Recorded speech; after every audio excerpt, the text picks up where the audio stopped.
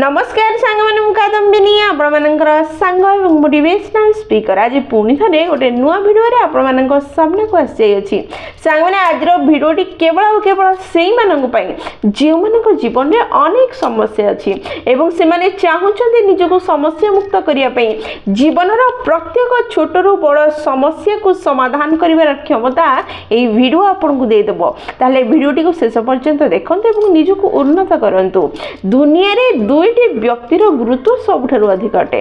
प्रथम व्यक्ति सीए जी सब क्षमता सब दक्षता थिबा परे मध्य सामना वाला को क्षमा कर दिए दंड दिए नहीं।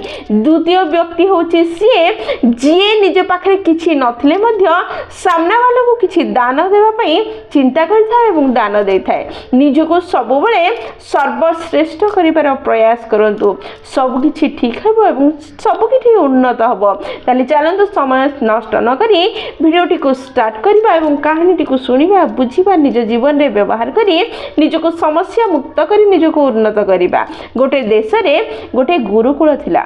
से गुरुकुल रे गुरुंका पाखरे 30 टी शिष्य शिक्षा ग्रहण करुथिले। से 30 शिष्यंग मध्यरु गोटे शिष्य गुरुंका पाखको गला एवं हाथ जोड़ी कहिला गुरुदेव मते छुट्टीर आवश्यकता अछि 3 मास परे मो भौणीर बाहाघर अछि आपण मते साहाय्य करन। एई कथा सुनी गुरुदेव ठीक अछि कहले एवं चुप रहि गले। शिष्य जनक प्रति मुहूर्त रे प्रतिदिन एई कथा को मन पकाउथाय कि गुरुदेव मोर भौणीर बाहाघर अछि मते साहाय्य करंतु एवं छुट्टी दियंतु। से चाहुथिला गुरुदेव ताकू धनरु किछि साहाय्य करंतु जहा फल रे से ता भौणीर बाहाघर भलरे करिवो। से भाबुथिला गुरुंको पाखरे बड़ गुरुकुल अछि बहुत पिला पाठ पढुछन्ती धनर अभाव नहीं किछि धन साहाय्य जदि करदेबे बहुत भल हेई थांता। एई कथा मन रे रखी से बारंबार गुरुदेव को निज भौणीर बाहाघर कथा कहे एवं साहाय्य करिया पई कहे। गुरुदेव किछि न कहि हसी दियंती केतळे तो हाँ मारी दियंती केतळे। किछि दिन बीती गला। बीती जिवा परे गुरुदेव निज आडू निजे शिष्य को कहिले तो भौणीर बाहाघर अछि तू छुट्टी नहीं चली जा निज घर को। एहा सुनी शिष्य जनक कहिला गुरुदेव आपण मते किछि साहाय्य करंतु। गुरुदेव कहले ताले ठीक अछि तो सह तोर सबुठु भल सांग जिए ताको निज सह नै कि जा जे काम करिबारे तते बाहाघर रे साहाय्य करिवो। एहा सुनी से हाँ मारिला एवं तार सबुठु भल सांग को बाछिला जाको से निज सह निज घर को नबो। समय आसीगला छुट्टी नै निज घर को जिबार से निज जिनिस एवं निज सांग को साथ रे नहीं निज घर को जीवा पई बाहरिला। गुरुदेव पाखरे नमस्कार कला एवं पुणी थरे कहिला गुरुदेव मो मो भौणीर बाहाघर पई जाउछि जदि आपण किछि साहाय्य करिथांते बहुत भल हेइथांता। एहा सुनी गुरुदेव कहिले तू जा तोर कोनोसी अभाव हो नहीं सब कार्य ठीक से हेइ जीवो। एहा सुनिबा परे दी जण जाक निज रास्ता रे आगेले। गुरुदेव पछरु डाकी कहिले सुने सुने एई 5टी डालिंब नहीं जा जहाँ रास्ता रे तोर काम को आसीबो। एहा सुनी सी शिष्य जनक जार भौणीर बाहाघर हबार थिला से आसिला और से 5टी डालिंब को निज बैग रे रखिला एवं चली चली जीवा पई बाहरिले। से समय रे बस रो सुविधा नथिला कि कोनोसी साधन नथिला गोटे जगह रो आ गोटे जगह को जीवा पई चली चली ही जीवा को पडुथिला। रास्ता रे चली चली जीवा समय रे जियो शिष्यर भौणीर बाहाघर थिला से शिष्य जनक ता बेस्ट फ्रेंड को कहिला देखिलु गुरुदेव केते स्वार्थपर आमे निजर संपूर्ण जीवन गुरुदेव को दे देले।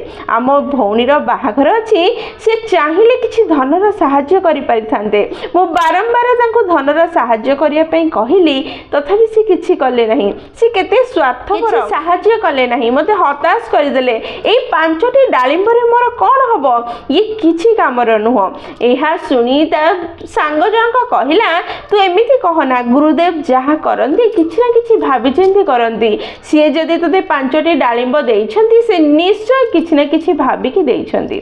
एहा सरीबा परे कथावार्ता से माने चली चली जाउथंती। जाउ जाउ बाटरे गोटे मरुभूमि पड़ला। चली चली थकी जाइथिले छाई जगह जाइकी बसिले। हठात सेठी बसिछंती राजांकर जने सैन्य एनाउंस करी आसिला कहा पाखरे जदि डालिंब अछि प्रदान कले मन जहाँ ଚାହୁଁଛନ୍ତି ତାହା ସେମାନଙ୍କୁ ଉପହାରରେ ମିଳିବ। ବାରମ୍ବାର ଏହା ପ୍ରଚାର ହେଇ ଯାଉଥିଲା। ଏଇ କଥାଟି ଏଇ ଦୁଇ ସାଙ୍ଗଙ୍କ କାନରେ ପଡ଼ିଲା। ଦି ଜଣଙ୍କ ମୁହଁକୁ ଦେଖିଲେ ଏବଂ କହିଲେ ଆମ ପାଖରେ ତ ଡାଳିମ୍ବ ଅଛି, ଚାଲ ଦେଇକି ଦେଖିବା ଆଉ ମନପସନ୍ଦର ଉପହାର ମଧ୍ୟ ନେବା। ଏହା ଭାବି ସେମାନେ ସେ ସୈନ୍ୟ ପାଖକୁ ଗଲେ ଏବଂ କହିଲେ ଆମ ପାଖରେ ଡାଳିମ୍ବ ଅଛି ଆଉ 5ଟା ଡାଳିମ୍ବ ଅଛି। ଡାଳିମ୍ବକୁ ଦେବା ଦ୍ୱାରା ଉପହାର କାହିଁକି ପ୍ରଦାନ କରାଯାଉଛି? ଏହା ଶୁଣି ସୈନ୍ୟ ଜଣକ କହିଲା ଏଇ ରାଜ୍ୟର ରାଜାଙ୍କର ଝିଅର ଦେହ ଖରାପ ଅଛି ଆଉ ବୈଦ୍ୟ ଔଷଧ ଦେଇଛି, ଯେଉଁ ଔଷଧ ଡାଳିମ୍ବର ଜୁସ୍ରେ ପକେଇକି ପିଇବା ଦ୍ୱାରା ଦେହ ସୁସ୍ଥ ହେବ। ଏଇଟା ତ ମରୁଭୂମି, ଏଇଠି ଡାଳିମ୍ବ ଗଛ ଆସିବ କୋଉଠୁ, ଡାଳିମ୍ବ ଫଳ ଫଳିବ କୋଉଠୁ? ସେଇଥିପାଇଁ ଯିଏ ଡାଳିମ୍ବ ଆଣିଦେବ ତାକୁ ଉପହାର ଦେବେ ରାଜା। ଏହା ଶୁଣି ଦି ଜଣ ଯାକ କହିଲେ ଆମ ପାଖରେ 5ଟା ଡାଳିମ୍ବ ଅଛି। ଏହା ଶୁଣିବା ପରେ ସୈନ୍ୟ ଜଣକ ତାଙ୍କ ଦି ଜଣଙ୍କୁ ରାଜାଙ୍କ ପାଖକୁ ନେଲେ। ରାଜା କହିଲେ ତୁମେ ଦି ଜଣ ଭଗବାନ ହେଇକି ମୋ ପାଖକୁ ଆସିଛ, ମୋ ଝିଅକୁ ବଞ୍ଚେଇବା ପାଇଁ ହୁଏତ ଭଗବାନ ନିଜେ ତୁମ ରୂପରେ ଆସିଛନ୍ତି, ନଚେତ୍ ତୁମେ ଏଠିକି ଠିକ୍ ସମୟରେ କେମିତି ପହଞ୍ଚିଥାନ୍ତ, ଡାଳିମ୍ବ ନେଇ ପହଞ୍ଚିଥାନ୍ତ। ଏଇ 5ଟା ଡାଳିମ୍ବରେ ମୋ ଝିଅର ଜୀବନ ବଞ୍ଚିଯିବ, ତୁମେ ଯାହା ଚାହିଁବ ତାହା ଦେବୁ। କିନ୍ତୁ ଏଇ ଦି ଜଣ କହିଲେ ଆମର କିଛି ଦରକାର ନାହିଁ, ଆମ ଭଉଣୀର ବାହାଘର ଅଛି, ଆମକୁ ଯିବାର ଆଦେଶ ଦିଅନ୍ତୁ ଆଉ ଆମେ ଯିବୁ। ବାହାଘର କଥା ଶୁଣି ରାଜା କହିଲେ ତୁମ ଭଉଣୀର ବାହାଘର ଅଛି, ତୁମ ଭଉଣୀ ମାନେ ସିଏ ମୋ ଭଉଣୀ, ତୁମେ ମୋ ଝିଅର ଜୀବନ ବଞ୍ଚେଇଛ, ମୁଁ ତୁମକୁ ନିଶ୍ଚୟ ମୋର ବୋଲି ଭାବିଛି, ହୃଦୟରୁ ଭାବିଛି। ଭଉଣୀର ବାହାଘର ବହୁତ ଧୁମଧାମରେ ହେବ, ରାଜକୀୟ ପରିବାରରେ ଯେମିତି ବାହାଘର ହେଉଛି ସେମିତି ବ୍ୟବସ୍ଥା ହେବ। ତୁମର ବାହାଘର ପାଇଁ ଧନର ଯେତିକି ଆବଶ୍ୟକତା ମୁଁ ଦେବି। ଶିଷ୍ୟ ଜଣକ ଗରିବ ଥିଲା, ତାର ଯୋଗ୍ୟତା ନଥିଲା କି ସେ କିଛି ବଡ଼ କରି ନିଜ ଭଉଣୀକୁ ବାହା କରିବ, କିନ୍ତୁ ରାଜା ଢଙ୍ଗରେ ବାହାଘର କଲେ, ଧୁମଧାମରେ ବାହାଘର ହେଲା। ବାହାଘର ସରିବା ପରେ ଦୁଇ ଜଣ ଯାକ ପୁଣି ନିଜ ଗୁରୁକୁଳକୁ ଫେରୁଥିଲେ। ଫେରିବା ସମୟରେ ଯେଉଁ ସାଙ୍ଗର ଭଉଣୀର ବାହାଘର ହୋଇଥିଲା ତାକୁ ତା ଭଲ ସାଙ୍ଗ କହିଲା, ବେଷ୍ଟ ଫ୍ରେଣ୍ଡ କହିଲା, ଦେଖିଲୁ ଗୁରୁଦେବ ଦେଇଥିବା ସେଇ 5ଟି ଡାଳିମ୍ବ ଦ୍ୱାରା ତୋ ଭଉଣୀର ବାହାଘର ସ୍ୱପ୍ନରେ ତୁ ଭାବିନଥିବୁ ସେତେ ଭଲ ରହିଲା, ରାଜକୀୟ ଢଙ୍ଗରେ ହେଲା। ଗୁରୁଦେବ ଯାହା କରନ୍ତି ଭାବି ଚିନ୍ତି ଆମ ଭଲ ପାଇଁ କରନ୍ତି।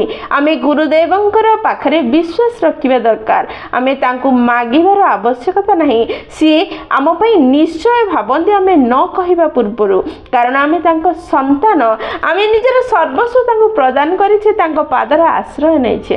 ସାଙ୍ଗମାନେ କାହାଣୀଟି ବହୁତ ଛୋଟ କିନ୍ତୁ ଆମକୁ ଏହା ହିଁ ଶିକ୍ଷା ଦିଏ ଭଗବାନଙ୍କୁ ବିଶ୍ୱାସ କରିବା ଦରକାର, ଯିଏ ଆମକୁ ସୃଷ୍ଟି କରିଛନ୍ତି, ଯିଏ ଆମକୁ ଆଖି, ନାକ, କାନ, ହାତ, ପାଦ ଦେଇଛନ୍ତି, ଯାହାକୁ ବ୍ୟବହାର କରି ଆମେ ନିଜ କାମ ନିଜେ କରିପାରୁଛେ, ନିଜ ଜୀବନକୁ ଉନ୍ନତ କରିପାରୁଛେ, ସୁଖରେ ବଞ୍ଚିପାରୁଛେ, ଯିଏ ଆମ ପାଇଁ ଏତେ ଭାବିକି ଆମକୁ ସବୁକିଛି ପ୍ରଦାନ କରିଛନ୍ତି, ତାଙ୍କ ଉପରେ ଯଦି ଆଉ ଟିକେ ଆମେ ବିଶ୍ୱାସ କରିବା ତାହେଲେ ସିଏ ଆଗକୁ ଆସୁଥିବା ସମୟରେ ମଧ୍ୟ ଆମ ସାଥିରେ ଥିବେ। ଆମକୁ ଯାହା ଦରକାର ଆମେ ମାଗିବା ପୂର୍ବରୁ ଆମକୁ ଦେବେ। କିନ୍ତୁ ଆମକୁ ଯଦି କିଛି କରିବାର ଅଛି ତାହା ହେଉଛି ଭଗବାନଙ୍କୁ ବିଶ୍ୱାସ କରିବାର ଅଛି, ତାଙ୍କୁ ନିଜର ବୋଲି ଭାବିବାର ଅଛି, ହୃଦୟରୁ ଭାବିବାର ଅଛି। ଯେତେବେଳେ ଆମେ ନିଜକୁ ତାଙ୍କ ପାଦ ତଳେ ସମର୍ପଣ କରି ତାଙ୍କର ହୋଇଯିବା, ନିଜକୁ ଯେତେବେଳେ ଆମେ ଠାକୁରଙ୍କର ବିଶ୍ୱାସରେ ରଙ୍ଗେଇ ନେବା, ସେତେବେଳେ ଭଗବାନ ସବୁ ପରିସ୍ଥିତିରେ, ସବୁ ଅବସ୍ଥାରେ ଆମ ସାଥିରେ ଥିବେ।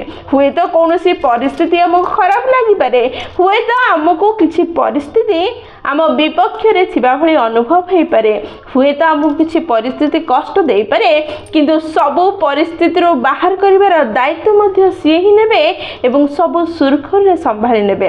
ତେଣୁ ପ୍ରଥମେ ଭଗବାନଙ୍କ ଉପରେ ବିଶ୍ୱାସ କରନ୍ତୁ, ତାଙ୍କ ପାଦ ତଳେ ଶରଣ ଯାଆନ୍ତୁ, ତାଙ୍କର ପ୍ରତ୍ୟେକ ଡିସିସନକୁ ଭଲ ହିଁ ହେବ ବୋଲି ସ୍ୱୀକାର କରନ୍ତୁ, ଦେଖିବେ ସବୁ ଉନ୍ନତ ହେଇଯିବ। ନିଜର ବୁଦ୍ଧି, ନିଜର ଜ୍ଞାନକୁ ବ୍ୟବହାର ନ କରି, ନିଜେ ଚିନ୍ତା ନ କରି, ନିଜେ ଏନାଲିସିସ୍ ନ କରି ଆଗେଇ ଚାଲନ୍ତୁ। ସମ୍ଭାଳିବା ଲୋକ ସିଏ ନିଶ୍ଚୟ ସମ୍ଭାଳିବେ, ସବୁ ସମସ୍ୟା ସମାଧାନ ହେଇଯିବ, ଶାନ୍ତିରେ ଜୀବନ ବିତିବ ଏବଂ ଖୁସିରେ ରହିପାରିବେ। ସାଙ୍ଗମାନେ ଯଦି ଖୁସିରେ ରହିବାର ଅଛି, ମନରୁ ହୃଦୟରୁ ଶାନ୍ତି ପାଇବାର ଅଛି, ତାହେଲେ ଗୋଟେ ହିଁ ରାସ୍ତା, ତାହା ହେଉଛି ଭଗବାନଙ୍କ ପାଦ ତଳେ ଶରଣ।